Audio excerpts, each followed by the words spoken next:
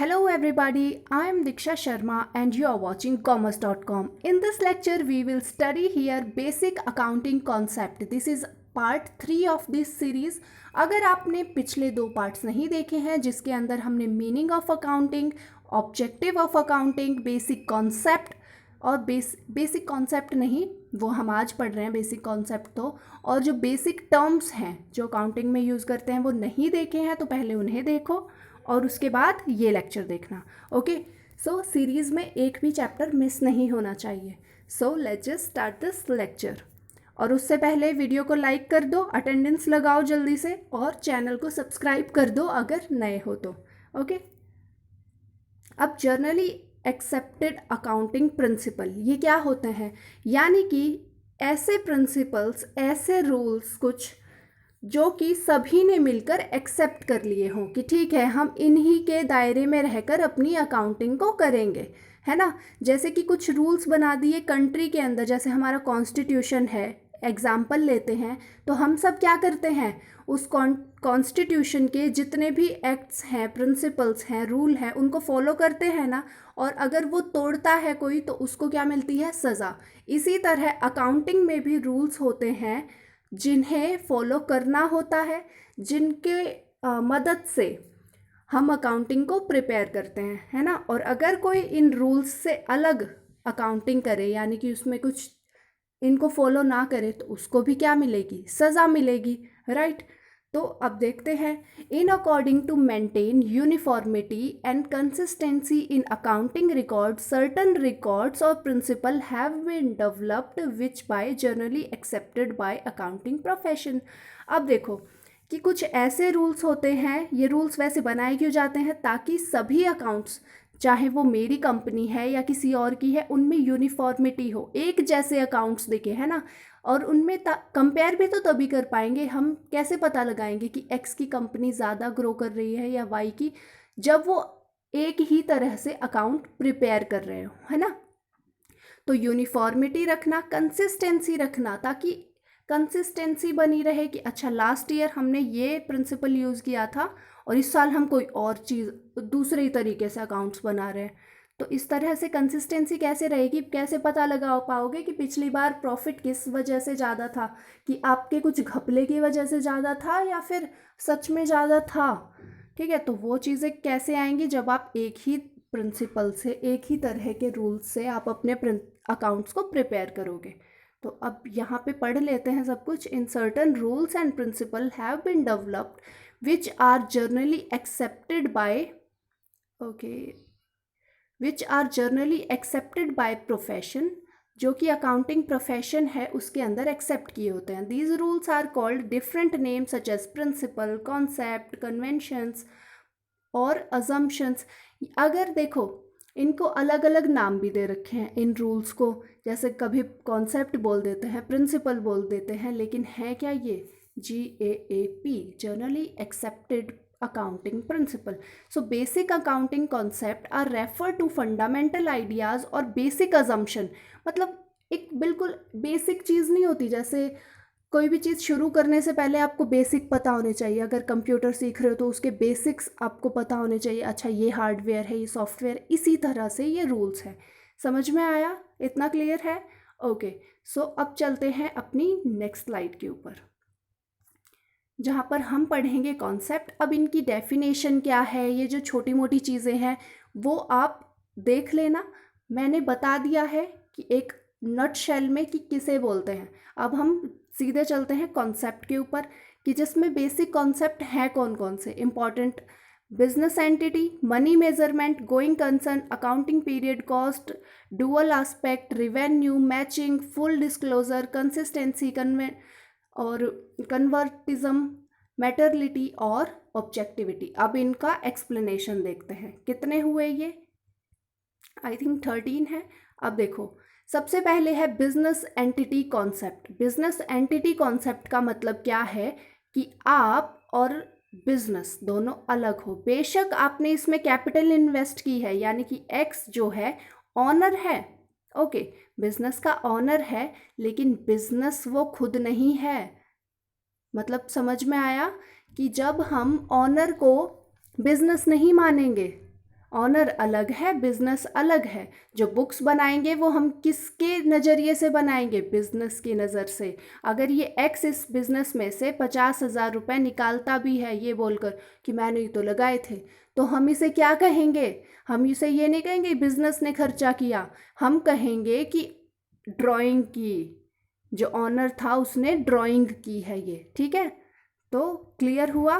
The concept of business entity assume that business has a district and separate entity from owner. हमें पता है entity क्या होती है। एंटिटी कोई भी एक संस्था, कोई भी एक ऐसी वस्तु, प्राणी, इसको बोलते हैं एंटिटी। तो बिजनेस एक अलग एंटिटी है, राइट, ऑनर से। मतलब ऑनर और बिजनेस को मिक्स नहीं करना। It means that for the purpose of accounting the business and its owner to be treated as two separate entity। तो ऑनर और बिजनेस दोनों को अलग अलग एंटिटी मानना है, ठीक है, ओके। तो अब आगे देखते हैं। लेकिन कभी कभी क्या होता है कि अगर ऑनर जानबूझ के बिजनेस का नाम गलत इस्तेमाल कर ले, तब क्या होगा? तब हम बिजनेस को, ऑनर को एक ही मानेंगे कि भाई इसी की वजह से सब हुआ है, बिजनेस ने खुद कुछ नहीं किया गलत, ठीक है। तो वो एक अलग है। अभी के लिए क्या ध्यान रखो, बिजनेस एंटिटी कॉन्सेप्ट है कि बिजनेस ऑनर दोनों अलग अलग है। Next, money measurement concept. Money measurement हमने देखो जैसे डेफिनेशन में पढ़ा था कि हम वही चीज़ें यानी कि वही ट्रांजैक्शन यहाँ पर इंक्लूड करते हैं जो कि मनी की फॉर्म में हो, यानी कि जो मनी की फॉर्म में नहीं लिखी जा सकती वो हम यहाँ रिकॉर्ड नहीं करते। The concept of money measurement states that only those transactions and happening in an organization is expressed in term of money, such sale of goods, payment expenses, receipt of payment, वही हम क्या करते हैं? Record करते हैं books में। बस इतना सा है कि वही बुक्स में रिकॉर्ड करो जो कि मनी की फॉर्म में कन्वर्ट किया जा सकता हो, वही transactions, okay. So let's move to the next slide. अब क्या है? Going concern concept. Going concern का सीधा सा मतलब है, आपने अगर बिजनेस आज शुरू किया है, मान लो आज जो भी तारीख है, मान लो 1 अप्रैल है, तो अगर आपने आज से बिजनेस शुरू किया है तो आप ये नहीं मानोगे कि मेरा बिजनेस तो भाई 2 महीने ही चलेगा। ऐसा सोच के कभी बिजनेस शुरू नहीं करते। एक बेसिक अजम्पशन होती है अकाउंटिंग की, बिजनेस की, कि ये लंबा चलेगा, मतलब इसका अंत नहीं होगा, ठीक है। यही मान के बिजनेस किया जाता है। कभी भी ये मान के बिजनेस शुरू नहीं किया जाता कि 2 महीने चलेगा, 1 महीने चलेगा। इस तरह से बिजनेस में भी आप पढ़ते होंगे कि जो कंटिन्यू जो चलती है प्रोसेस, उससे ही कहते हैं बिजनेस, ठीक है। तो गोइंग कंसर्न समझ में आया? Okay. Accounting period concept. Accounting period concept क्या है कि एक अकाउंटिंग का, जैसे कि आप अब बिजनेस तो देखो चलता रहेगा लंबा, उसका जब अंत होगा, जबकि डिसोल्यूशन होगा, वो चीज़ें होंगी तो बिजनेस बंद होगा, वरना नहीं हो रहा। तो क्या तब जाके आप प्रिपेयर करोगे बुक्स? बताओ। मतलब घर में आप जितना भी खर्चा कर लो अंधाधुंध, जिस दिन आपके पापा थप्पड़ नहीं मारेंगे तब तक आप हिसाब नहीं दोगे क्या? यानी कि जब घर पूरा बर्बाद नहीं हो जाएगा तब तक आप हिसाब ही नहीं देने वाले? ऐसा नहीं होता। हमें क्या करना होता है, हम घर में बनाते हैं ना, हर महीने का या 1 साल का ये खर्चा हुआ या इतना पैसा है, वैसे तो हर महीने का बनता है। उसी तरह बिजनेस में भी उसमें डिसाइड कर लेते हैं कि हमें 6 महीने की अपने रिकॉर्ड्स प्रिपेयर करने हैं या 1 साल के। तो जैसे जर्नली क्या होता है, 1 साल के प्रिपेयर किए जाते हैं, उन्हें फाइनेंशियल स्टेटमेंट कहते हैं। कि जर्नल जो कि रोज़ रिकॉर्ड हो रही है, लेज़र उसमें हो डल गई, अब उससे जो प्रॉफिट निकल के आएगा ना, वो हम 1 साल में, और लास्ट में फिर बैलेंस शीट उसकी 1 साल में, ताकि देख सके कि अच्छा 1 साल में ये एसेट है, ये लाइबिलिटीज़ है, अच्छा 1 साल में ये प्रॉफिट हुआ या इतना लॉस हुआ, ताकि अगले साल वही गलतियां ना दोहराई जा सके और अच्छे से और इफ़ेक्टिवली रिसोर्सेज का हम यूटिलाइज करें। इसीलिए क्या होता है, अकाउंटिंग पीरियड कॉन्सेप्ट होता है। अब अकाउंटिंग पीरियड में भी क्या है कि कई लोग अपने अकाउंट्स को 1 जैन को प्रिपेयर करते हैं, जैसे क्या बोलते हैं, कैलेंडर ईयर, ठीक है। और कई क्या करते हैं, 1 अप्रैल से करते हैं, जिसे अकाउंटिंग पीरियड भी बोलते हैं, अकाउंटिंग ईयर, इस तरह से। सो क्लियर है ये कॉस्ट कॉन्सेप्ट। कॉस्ट कॉन्सेप्ट का मतलब है कि आपकी बुक्स में, मतलब जो आपने जर्नल बनाई या जो भी आप बुक्स आगे प्रिपेयर करोगे, उनके अंदर कीमत पर ही लिखना कोई भी चीज़। जैसे कि आपने बुक खरीदी, या बुक तो चलो बुक के रेट नहीं बढ़ते इतनी जल्दी, हम मानते हैं बिल्डिंग, ठीक है, बिल्डिंग और ये सब इनकी रेट्स कितनी जल्दी जल्दी मार्केट में इंक्रीज़ होती है ना। बिल्डिंग हो गया, प्लॉट हो गया, तो आपने ख़रीदा था 1 लाख की प्लॉट या बिल्डिंग, तो अब 1 साल बाद ही आपको पता लगा वहाँ पे कुछ कंस्ट्रक्शन का काम हो रहा था, मतलब वहाँ हाईवे आ रहा है, और आपकी बिल्डिंग की कीमत अचानक से 1 ज़ीरो और लगा दो इसमें, कितनी हो गई, 10 लाख हो गई। तो अब आप अपनी बुक्स में 1 लाख ही लिखोगे, कॉस्ट पर ही दिखाओगे उसे, चाहे वो मार्केट वैल्यू 10 लाख है उसकी, ठीक है। तो इसे ही कहते हैं कॉस्ट कॉन्सेप्ट, कि आपकी जितनी कॉस्ट आई वो दिखाओ बुक्स में। लेकिन टाइम के साथ साथ इसको बदलते हैं, लेकिन ये नहीं रोज बदल दो कि आज अगर एक 10 लाख हो गई तो आज 10 लाख लिख के बैठ जाओ, कल फिर से कम हो गई तो कल फिर 5 लाख लिख के बैठ जाओ। डेप्रिसिएशन कैसे लगाओगे, क्योंकि इसकी वैल्यू तो आगे के कॉन्सेप्ट है, तो मैं कंफ्यूज नहीं कर रही हूँ, सीधी सी बात है, कॉस्ट पे दिखाओ अपने अकाउंट्स को, जितनी भी चीज़ें आपने ली या खरीदी हैं उनको, ओके, ठीक है। तो अब क्या करते हैं, नेक्स्ट पे चलते हैं, dual aspect concept. Dual aspect का मतलब है कि जैसे आपने देखो बैंक में पैसा है, बैंक में पैसा डलवाया 1000 रुपये, तो बैंक में तो डल गया, तो कैश तो कम हो गया ना, बैंक बढ़ गया कैश कम हो गया, तो इसका फ़र्क कहाँ पड़ा, 2 जगह पड़ा ना, एक तो बैंक बढ़ा कैश घटा, तो कुछ बढ़ता है तो कुछ घटता है, ये प्रिंसिपल बोलता है। अब जैसे कि मैंने मोहन को पे किए, मोहन का तो क्या हुआ, मोहन को पैसे मिल गए 1000 रुपये, और कैश क्या हुआ, कम हो गया, तो इसका असर कहाँ पड़ा, मोहन पे भी और कैश पे भी। ऐसे ही ये बोलना चाह रहा है कि हर एक एंट्री का 2 जगह इफेक्ट पड़ता है। Dual aspect is a fundament, foundation और बेसिक प्रिंसिपल, क्योंकि डुअल एस्पेक्ट पे ही आगे बुक्स प्रिपेयर होंगी। Basic principle of accounting to provide the basic for recording business transaction into book of account, यानी कि ये एक बिल्कुल बेसिक कॉन्सेप्ट है जो कि बुक ऑफ अकाउंट्स जिसके द्वारा प्रिपेयर किए जाते हैं। This concept state that every transaction has dual effect. अब मैंने आपको बता दिया कि डुअल इफेक्ट कैसे होते हैं, कि एक चीज़ बढ़ती है तो एक कम होती है, इस तरह से, राइट। अब ऐसे 2 चीज़ें भी बढ़ सकती हैं कि मोहन को पैसे दिए, सोहन को भी दिए, और कैश कम हो गया इकट्ठा उतने दोनों अमाउंट से, तो ये हो गया क्लियर, ओके।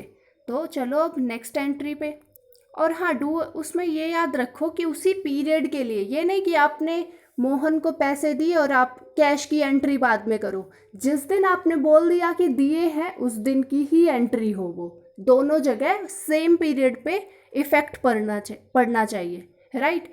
अब देखो रिवेन्यू रिकॉग्निशन या रियलाइजेशन कॉन्सेप्ट।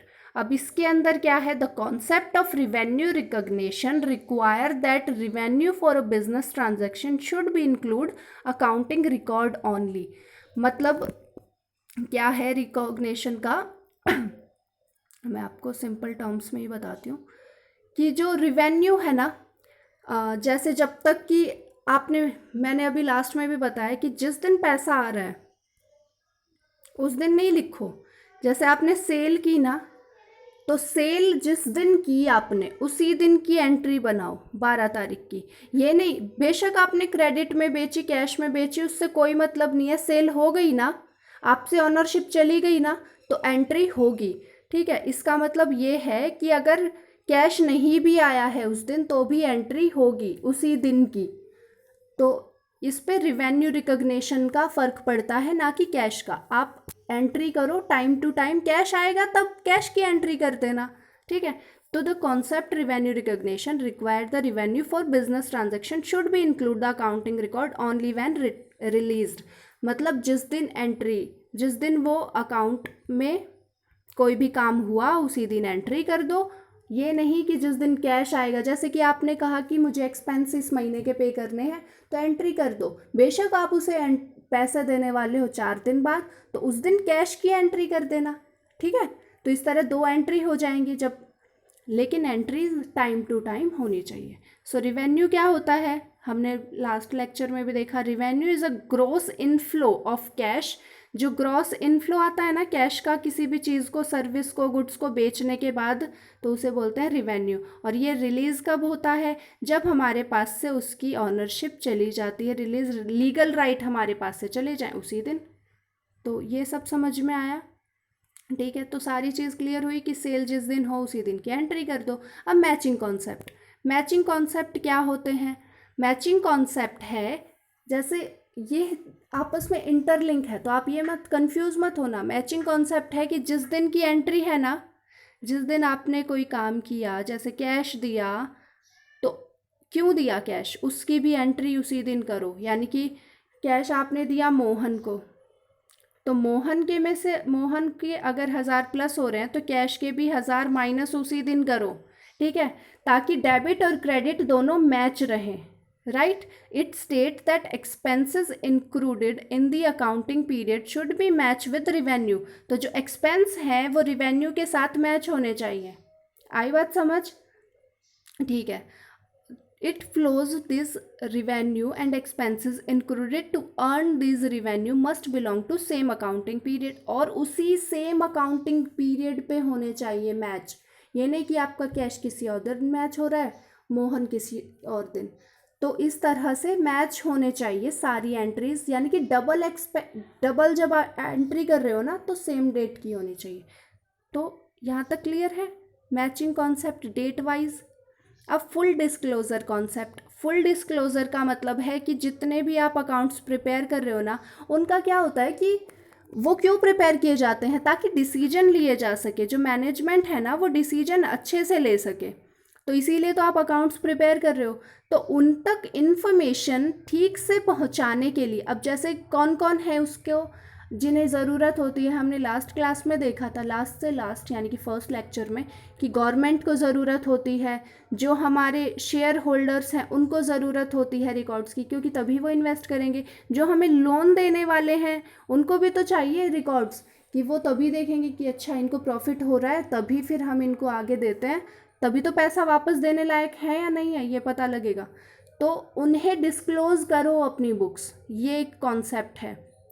लेकिन ये नहीं कि लिमिट होती है, हर एक चीज़ डिस्क्लोज़ नहीं की जाती अब, लेकिन profit and loss balance sheet ये डिस्क्लोज़ करना मैंडेटरी है।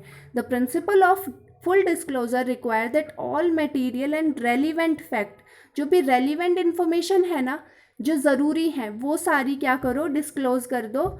Financial performance of enterprise must be fully completely disclose, कि आपकी फाइनेंशियल पोजीशन कैसी चल रही है, ये सारी चीज़ें डिस्क्लोज हो जानी चाहिए।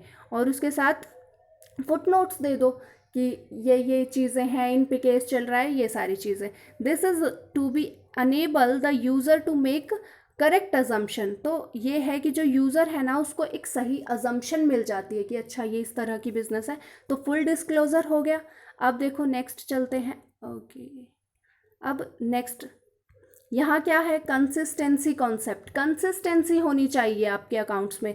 देखो अब क्या होता है कि रूल्स में भी क्या है, मेथड अलग अलग हो जाते हैं, कि जैसे गुडविल कैलकुलेट करने के कई मेथड हो जाते हैं, डेप्रिसिएशन लगाने के कई मेथड। लेकिन आप एक फर्म बना रहे हो तो आप हर साल एक तरह का ही रखो रूल या मेथड। ये नहीं कि आप पिछले साल तक कोई मेथड यूज़ कर रहे थे, आज कोई और मेथड यूज़ कर रहे हो डेप्रिसिएशन का। तो इनसे क्या होगा, कंसिस्टेंसी नहीं रहेगी। आप अपने ही अकाउंट्स को क्या नहीं कर पाओगे, पिछले साल के साथ ठीक से कंपेयर नहीं कर पाओगे, तो रिजल्ट भी गलत आएंगे, डिसीजन गलत लिए जाएंगे। इसलिए कंसिस्टेंसी होनी चाहिए। तो कंसिस्टेंसी को पढ़ते हैं। The accounting information provided by financial statement would be useful in drawing conclusion regarding the working of enterprise only when allows comparison over the period। तो देखो जो बात मैंने कही कि कंपैरिजन तभी हो सकता है जब आपके अकाउंट सही से चीज़ें दिखा रहे होंगे, और वो कब होगा, जब आप एक कंसिस्टेंसी रखोगे अपनी पॉलिसीज़ में, अपनी जो भी मेथड यूज़ कर रहे हो उनके अंदर। ओके, यूनिफॉर्मिटी रखोगे। राइट, सो अब क्या है आगे देखते हैं। कन्वर्जन कन्वर्टिज्म, the concept of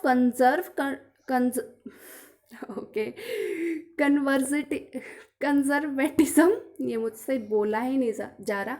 okay, require that profit should not be recorded until realised. ठीक है, देखो यहाँ क्या है कि ये बहुत सिंपल सी चीज़ है कि देखो, जब प्रॉफिट जब तक नहीं हुए ना, ये क्या बोलता है कि प्रॉफिट नहीं हुए, जैसे आप सोचो, आपको लग रहा है कि यहाँ हाईवे आएगा और आपकी बिजनेस की प्राइस 1 लाख से सीधे 10 लाख होने वाली है, मतलब आपकी जो बिल्डिंग है जो भी है, तो वो मत लिखो। 1 लाख को 1 लाख ही लिखा रहने दो, 10 लाख मत लिखो बुक्स में। जब होगी और जिस दिन दोबारा से बुक्स को आपको ये होगी रिवैल्यूएट करना है तब करना, लेकिन ऐसे नहीं। लेकिन आपको पता है कि यहाँ हाईवे आएगा और हाईवे नहीं आएगा, मतलब यहाँ पर क्या होगा, गवर्नमेंट ये सारी ज़मीन लेने वाली है, तो जो आपने 1 लाख की खरीद रखी है ना, वो 10,000 ही मिलेंगे फिर आपको उसके। ऐसा आपको लग रहा है कि थोड़े टाइम में ये न्यूज़ आ रही है, तो आप क्या करो, उन 10 लाख को लिखो, ठीक है। ये लिखो प्रोविजन में कि 90,000 का घाटा होने वाला है, तो सीधी सी बात है, लॉस को आप कंसीडर करके चलो, लेकिन प्रॉफिट्स को नहीं। प्रॉफिट्स तो होंगे तो अच्छी बात है ना, लेकिन लॉस से बचने के लिए पहले से तैयार रहो, ठीक है। ये होता है कि मतलब पहले से खुशी मत मनाओ, गम की तैयारी करके रखो, ये चीज़ कहना चाह रहा है कन्वर्टिज्म वाला कॉन्सेप्ट, राइट। ओके, अब नेक्स्ट देखते हैं। अब मटेरियलिटी कॉन्सेप्ट, मटेरियलिटी कॉन्सेप्ट है द कॉन्सेप्ट ऑफ मटेरियलिटी। मैं इसे बेसिक टर्म्स में ही समझा देती हूँ, क्या पढ़ के बताऊँ। इसमें है कि जैसे जो रेलिवेंट इन्फॉर्मेशन है ना, मतलब बकवास अपनी बुक्स में मत आप दिखाओ सारी चीज़ें कि आप गलत तरीके से इन्फॉर्मेशन को दे रहे हो। बिल्कुल मटेरियल इन्फॉर्मेशन दो जो कि बिल्कुल बायसनेस से दूर हो, कि ये नहीं कि आप अपने आप को ज़्यादा प्रॉफिटेबल दिखाने के लिए गलत तरीके इस्तेमाल करो कि आपका प्रॉफिट ज़्यादा दिखे, आपकी बिजनेस वैल्यू ज़्यादा दिखे, ऐसा नहीं, एकदम एक्चुअल दिखाओ पोजीशन।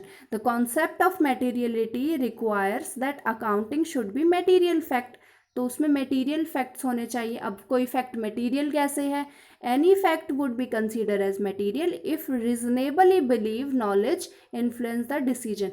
जो डिसीजन है वो उसको डिसीजन मेकर है उसको सही नॉलेज दे तो वो मटेरियल फैक्ट है। अगर वो उसे बिना बात ही बकवास की चीज़ें मतलब गलत सलत बता रहा है तो वो मटेरियल इन्फॉर्मेशन नहीं हुई, ठीक है। तो कैसे होनी चाहिए अकाउंटिंग, मटेरियल इन्फॉर्मेशन देने वाली, राइट। ठीक है, आगे चलते हैं। Objectivity concept, the concept of objectivity require that accounting transaction should be recorded in objective manner free of biasness, ये भी बिल्कुल वैसा ही है। तो वहाँ पे था रेलिवेंट इन्फॉर्मेशन दो ताकि उसके डिसीजन मेकिंग में ईजीनेस हो, और ऑब्जेक्टिविटी में भी क्या है कि वो बायसनेस से फ्री हो। अकाउंटिंग जो कर रहा है वो अपने जो भी उसके फ़ायदे हैं उनसे दूर हटकर अकाउंटिंग ठीक से करे, उसे बोलते हैं ऑब्जेक्टिविटी। अब नेक्स्ट कॉन्सेप्ट, यहाँ तक थे हमारे बेसिक कॉन्सेप्ट ऑफ अकाउंटिंग। एक बार जल्दी से रिवाइज कर लेते हैं हमने क्या क्या पढ़ा, ठीक है। तो बेसिक अकाउंटिंग एंटिटी में जो बेसिक बिजनेस एंटिटी होता है उसमें क्या है कि बिजनेस और बिजनेसमैन दोनों अलग अलग है, यानी कि जो ऑनर है बिजनेस है अलग अलग है। मनी मेजरमेंट में हमने पढ़ा कि मनी की फॉर्म में ही लिखो ट्रांजैक्शन, अगर मनी की फॉर्म में कन्वर्ट नहीं हो सकती तो उस ट्रांजैक्शन को मत लिखो। गोइंग कंसर्न कि बिजनेस बहुत दूर तक जाएगा कि उस, और अकाउंटिंग पीरियड का मतलब कि आप जो अकाउंटिंग बनाओ उसके लिए पीरियड फिक्स करके रखो कि इतने टाइम के बाद हमें अपनी बुक्स को बनाना है ना। अच्छा, कॉस्ट कॉन्सेप्ट की कॉस्ट बेसिस पर दिखाओ बुक्स में जितनी भी चीज़ें हैं, एसेट है लाइबिलिटी है, कि आपकी कॉस्ट कितनी आई, एसेट्स को सॉरी। अच्छा, डुअल एस्पेक्ट की कोई भी जो चीज़ है वो दो जगह इफेक्ट डालती है, dual aspect. Revenue recognition, revenue recognition का मतलब है कि आप रिवेन्यू जिस दिन हो रहा है ना, मतलब जिस दिन सेल हुई आपकी उसी दिन की एंट्री करो, ये नहीं कि जिस दिन कैश आया उस दिन जाके एंट्री करोगे तब तक वो बिना ही लिखी छोड़ रखी है, ऐसा नहीं।